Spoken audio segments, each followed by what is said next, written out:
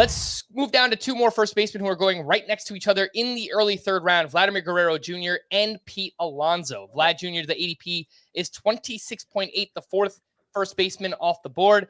And he's been a hard one for me to figure out this offseason. He's let us down 2 years in a row in terms of not living up to what he provided back in 2021 when he was an MVP candidate. As we all know by now, that 2021 season potentially helped out by playing in two minor league ballparks that were extremely hitter friendly. Vlad wound up hitting 48 home runs with a 10.02 OPS that year. Again, it's a clear outlier for him.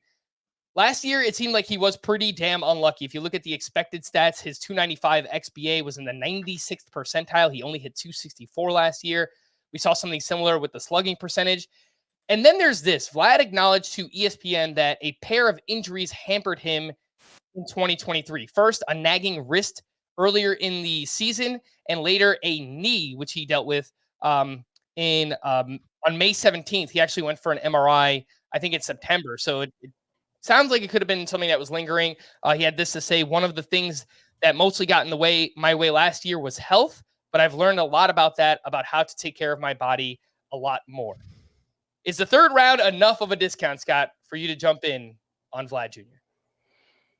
Yeah, it is. And I'm kind of surprised everybody dropped him that low. I had him early in the third round. As I've said before, my rankings, I come out with them before any sort of ADP data comes out. So it's always kind of surprising how much my rankings do or don't match up with that early ADP data. I thought I'd be low on Guerrero. It turns out I'm a little high on him, ranking him early in round 3.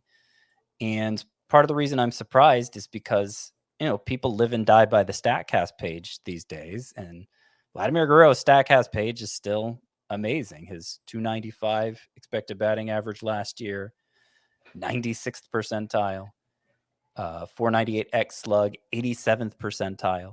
That expected batting average and X slug was kind of halfway in between the amazing 2021 season he had, where he came close to a triple crown, was the top player in fantasy, and the underwhelming 2022 season. So like he, in the underlying numbers, he made up a lot of ground from 2022 to 2023.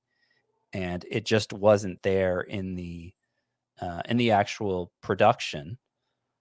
I think round 3, he didn't quite perform up to the level of a third rounder last year, but if he falls short again, you can live with him in that range.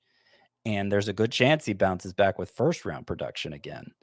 So I think it's an appropriate discount for him. I do consider it a discount, depending on, I don't think I've had occasion to draft him yet this year, but I wouldn't hesitate to if like the top second basemen are gone at that point, and Vlad, you know what? I think I have him ranked in between the second baseman. I'm referring to Jose Altuve, Ozzy Albies, and Marcus Semien. I have Vladimir Guerrero valued about the same as them. Let's talk about Pete Alonso, who is going at about the same point as Vlad in drafts. 27 is the ADP for Alonso, the fifth first baseman off the board. He is the premier power hitter in baseball in terms of consistency. Since he's entered the league, he leads baseball with 192 home runs since the start of 2019.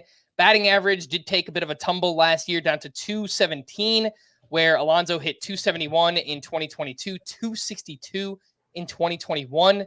His BABIP was just 205 last year. I know the line drive rate came down, but I don't think that's enough of a reason for him to have a 205 BABIP. That just seems really, really low for Pete Alonso. If you remember, he missed time in the middle part of the season in June with a wrist injury. He got hit by a pitch on his wrist. 25 games after returning, he only hit 132 with 4 homers and a 549 OPS. So that seems like a pretty valid reason for some of the struggles. It seems like Alonso's poised for a bounce back year here, Chris. He's entering a contract year. Who would you rather have, Alonso or Vlad? They're going basically at the same spot. It's Alonso for me. I have him about 7 spots, I believe, ahead of Vlad in the overall rankings. And, that if you wanted to pick Vlad, I think that's fine. I think Pete Alonso brings a safer skill set. You're going to get elite production from him in 3 categories. And last year's batting average, I don't think you take anything from it. He Like you said, he had the wrist injury. He also had the 205 BABIP. The expected batting average was 246. It's never going to be a strength for him. But a 246 batting average, when it comes with 46 homers and 210 combined runs and RBI last season, you can easily live with that. And if Pete Alonso and Matt Olson had basically identical seasons, I wouldn't be surprised at all. We saw maybe a downside outcome for Alonso in 2023. We saw a downside outcome from Olson a little bit in 2022. Overall, their production over the past 2 seasons, probably pretty similar. And so I think you could make a case that Alonso probably belongs closer to Olson and Harper than he does Vlad Jr. at this point. Yeah, I have Alonso ahead of Guerrero too. So maybe that's part of the reason I haven't drafted Guerrero yet, is because people are even lower on Alonso than Guerrero.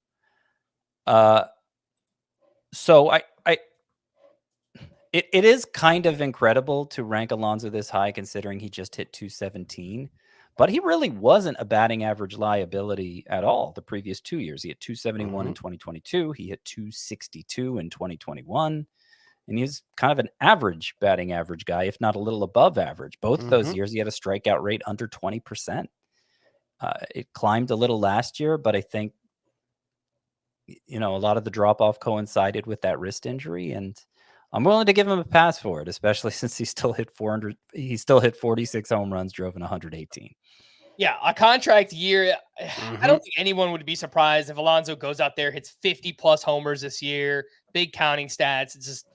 It seems like it's in the realm of possibilities, in the range of outcomes for Pete Alonso.